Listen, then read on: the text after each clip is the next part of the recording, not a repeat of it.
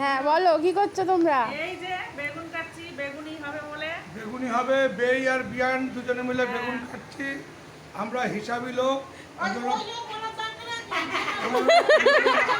ওই জন্য রান্নার ঠাকুরানি নেই। আমরা আমরা লোককে কষ্ট দেওয়া পছন্দ করি না, নিজেদের কাজ নিজেরাই করতে পছন্দ করি। সব থেকে ভালো বলেছে। হ্যাঁ ঠিক ঠিক আছে না? হ্যাঁ। এক পাবো তো এটা? আপনারাও শিখে নিন। হ্যাঁ। শ্যামল চৌধুরী রাজাহাটের বিশিষ্ট বস্ত্র ব্যবসায়ী শ্যামল চৌধুরীর নাম, এই যে ঠিকানা দিয়ে দিল। বাবা রজভূষণ চৌধুরী। হ্যাঁ, আপনারা যদি জামা কাপড় কেনেন এই রাজারহাটে তবে এনার কাছ থেকে নেবেন। নিয়ার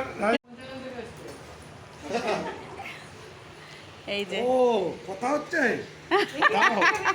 ইউটিউব ইউটিউব মানে তোমার লাইক, তাই তো? এই যে আমার মেয়ের সব শাশুড়ি, হ্যাঁ, সব জেঠি শাশুড়ি। জেঠি শাশুড়ি সাইজে। এই যে শ্বশুর গামছা গায়ে দিয়ে রয়েছে। হ্যাঁ, শ্যামল।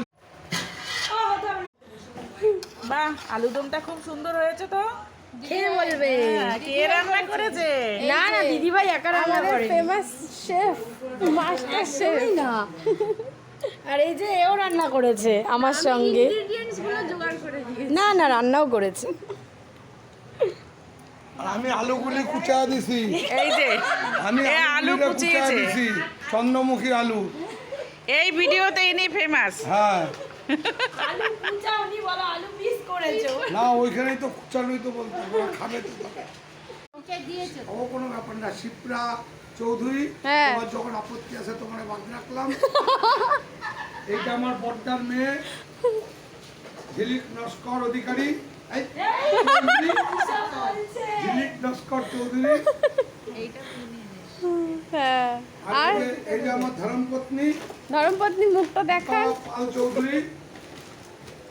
আর এটা হচ্ছে আমার বড়দা বিমল চৌধুরীর শালী শালিকা। কি জানো নাম? ছায়া কুন্ডু ওরফে গীতা কুন্ডু।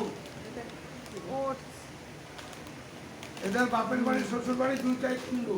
কুন্ডু। যাতে আধার কার্ড প্যান কার্ডের না টাইটেল নিয়ে অসুবিধা না হয়, ওই জন্য ওরা দেখে নিয়েছে টাইটেল। শেখদের কাছে পাপড় ভাজ দেবো।